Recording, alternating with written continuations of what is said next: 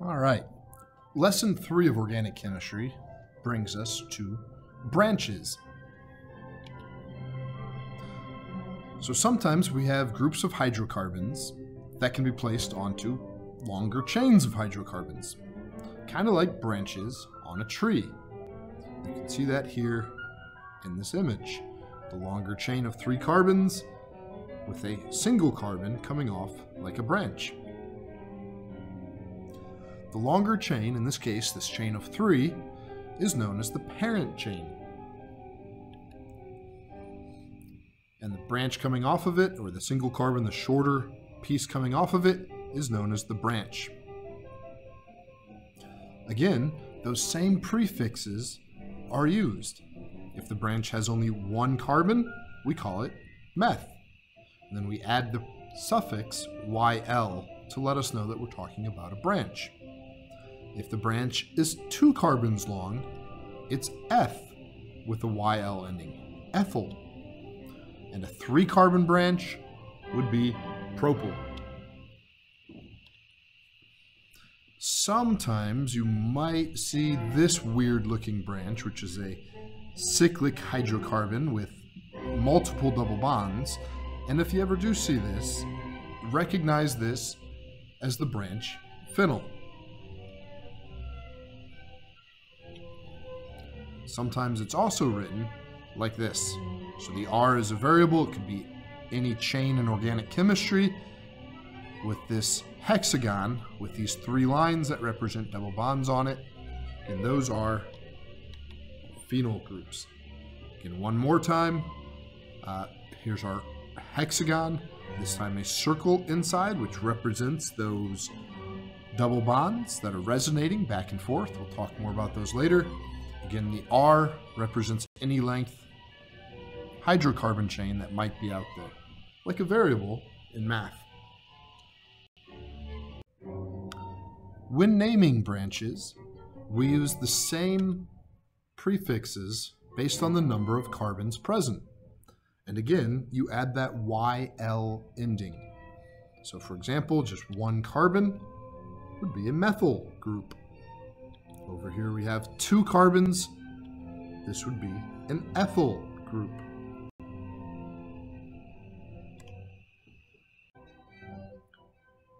So some more rules when naming branched alkanes.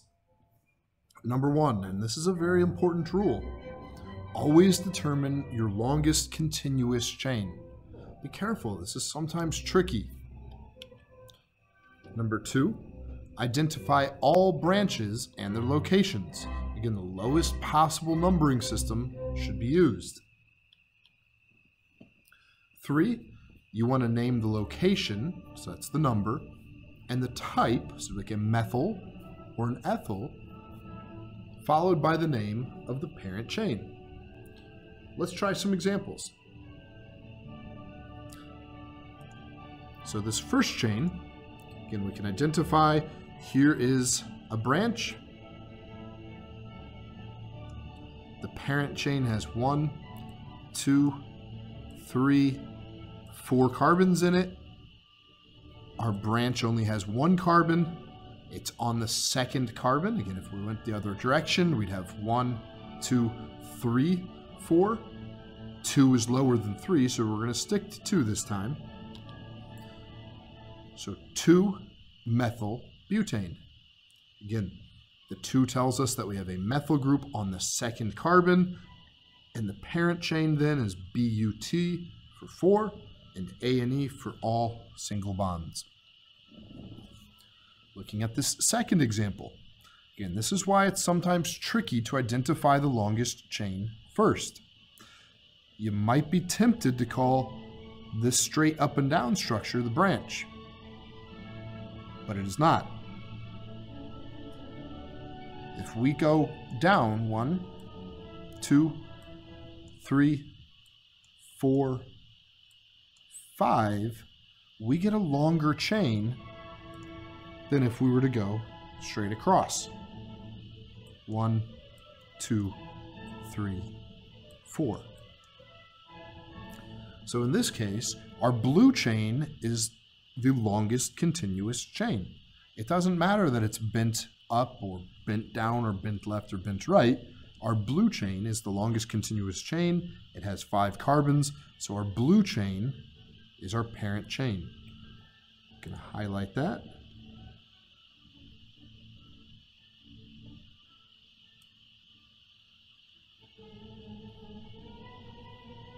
So here's our longest continuous chain, and that means our branch is this single carbon chain right here. Again, we want to identify the location of that branch. Again, we're going by the blue numbers. That's the longest continuous chain. So we're on the 3rd carbon. It's only a single carbon, so it's a methyl. And our parent chain has 5 carbons in it. So we would call this 3-methyl-pentane. Again, be careful not to call it 2-ethyl-butane. The longest parent chain here has 5 carbons in it. Next up, we have the 3rd structure here. And this one, again, could be confusing. There are 2 branches on it. But hey, we've worked with multiple substituents before, so we can handle this one as well. 1, 2, 3, 4 carbons in our parent chain, our longest chain. We have 1 methyl here and a 2nd methyl up here. So because there are 2 methyls, we know that our prefix for 2 is di. We have to say where both of them are at. So we say 2,2-dimethyl-butane. So again, the di in the name tells us that there are 2 methyl groups. The butane tells us that the longest parent chain is 4. The 2 and the 2 are telling us where both of those methyls are, each of those methyls are at. And they are both on the 2nd carbon. So the 2nd carbon and the 2nd carbon in our butane chain each contain a methyl group.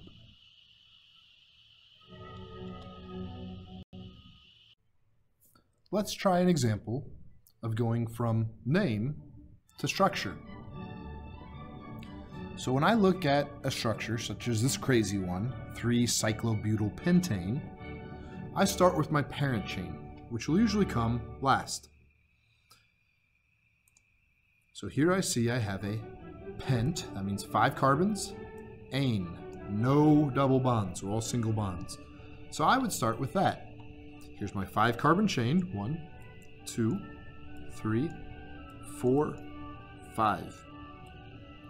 And it never hurts to number the carbons. You're more than welcome to do that, and you don't have to erase them later unless you really want to because they bother you. But I oftentimes just leave my numbers right on there. Here's why. On that pentane chain, on the 3rd carbon, I'm going to have a branch. I know that because of that YL. So here on that 3rd carbon, let's add a branch. I'm going to have it go up a little bit higher so it's out of the way and doesn't hit into these other H's, which I'll fill in later. So there's our longer branch. Now I need to figure out what this branch is. The cyclo tells me they're going to be in a circle, a linked circle, and the bute part tells me that there'll be 4 carbons. So I go ahead and add my 4 carbons, 1, 2, 3, 4, linked together in a cycle, and that's what I have. Again, each carbon needs to have all of its bonds filled up, so they each have 2 additional hydrogens, except for this first guy who's already got his 1, 2, 3 bonds. He only needs 1 more bond to a hydrogen. My other carbons in this structure, they each only making 2 bonds, 1, 2, so he would need 2 more hydrogens in his cycle. Same with this guy, same with that guy. I look back at my parent chain now. I've got my 3-cyclobutyl, and there that is, on the 3rd carbon. I've got my parent chain, which is pentane. Now I just need to make sure that all of my carbons have each of their bonds filled up. with H's, and that's how I do that. There's my structure, 3-cyclobutylpentane. Occasionally, we'll have chains with multiple branches, and there are some additional rules to follow when naming those multiple branches. The first rule we should already be familiar with. If you have multiples of the same branch, you'll use the prefixes that we've already discussed, di for 2, tri for 3, tetra for 4, and if you ever did have 5, it'd be penta, though that would be quite rare. So for example, if you had 2 methyl groups, you'd say dimethyl. And we actually already saw an example like that 2 slides ago. If you have 2 different branches, as you have in the example below, where we have a methyl group and an ethyl group, you still want to use the lowest possible numbering system. So our right to left red numbering system is still the lowest possible. We have a 2 and a 3. If we went the other way, it'd be 1, 2, 3, 4, 5. 2 and 3 is definitely lower than 4 and 5, so we'll stay with 2 and 3. But the catch here is that when we list our branches, we list them in alphabetical order as opposed to numeric order. So ethyl comes before methyl. E comes before M. We list them, again, alphabetically instead of numerically. So even though ethyl is on the 3rd number, or the 3rd carbon, and methyl's on the 2nd, E comes before M. So we're going to correctly name this 3-ethyl 2-methylhexane. Again, hexane telling us the longest chain has 6 carbons in it. On the 3rd carbon, we have an ethyl group. And ethyl is a branch with 2 carbons, F. And on the 2nd carbon, we have a branch with 1 carbon, meth. So a very, very big key here. Hyphens, here's a hyphen, here's a hyphen, here's a hyphen, appear before or after numbers. So when you're transitioning from a letter to a number, you use a hyphen. You use commas between numbers. So for instance, if the ethyl and the methyl group here were both on the same carbon, you would say 3-ethyl 3-methylhexane.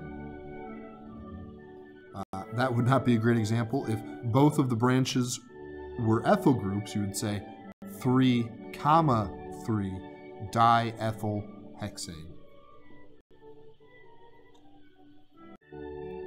Let's try a little more practice with those multiple bonds. So here's the structure. Again, we identify our longest continuous chain. It has 1, 2, 3 carbons in it. We have a methyl group on the 2nd carbon. So we would call this methylpropane or 2-methylpropane. Notice you don't have to put the number on this one. Methylpropane is absolutely fine, because the only way you can have a methylpropane is if that methyl is on the 2nd carbon. Consider this. If you put the methyl group on the 3rd carbon or the 1st carbon, you'd no longer have a methyl group and propane, but now rather you would have just plain old butane. So because the number is not necessary, you don't have to include it in the naming, and methylpropane is absolutely fine for this example. Next one.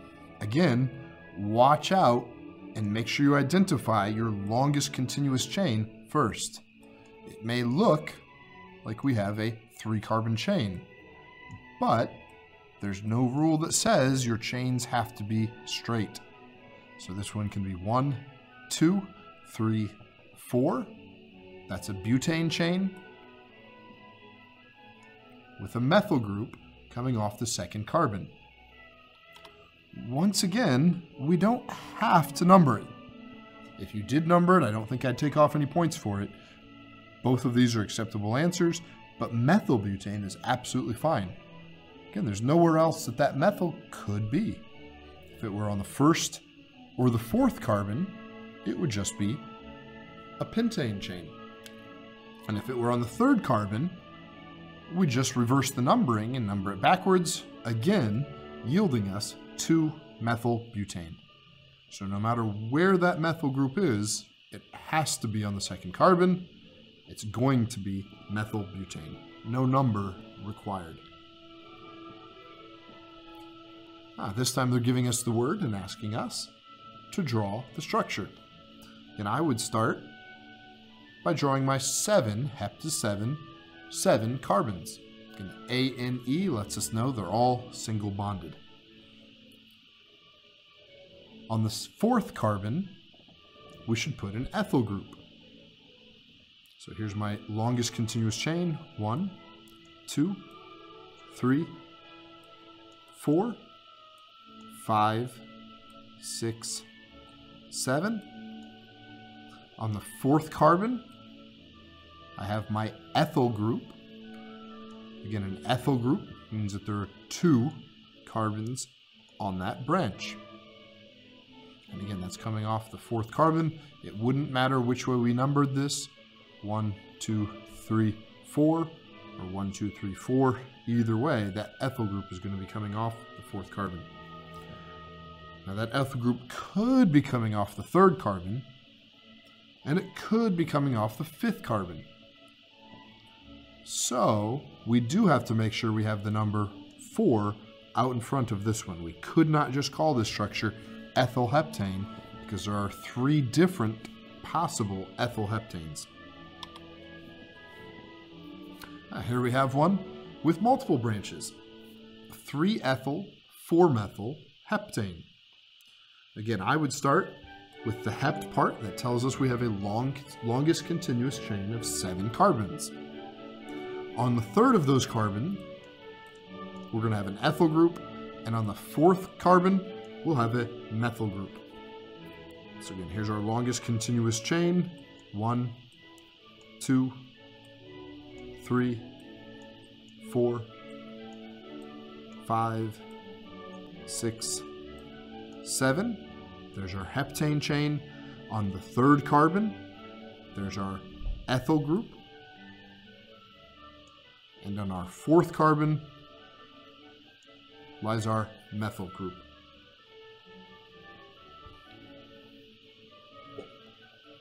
And keep in mind, branches are listed alphabetically, not numerically. Watch out for this one.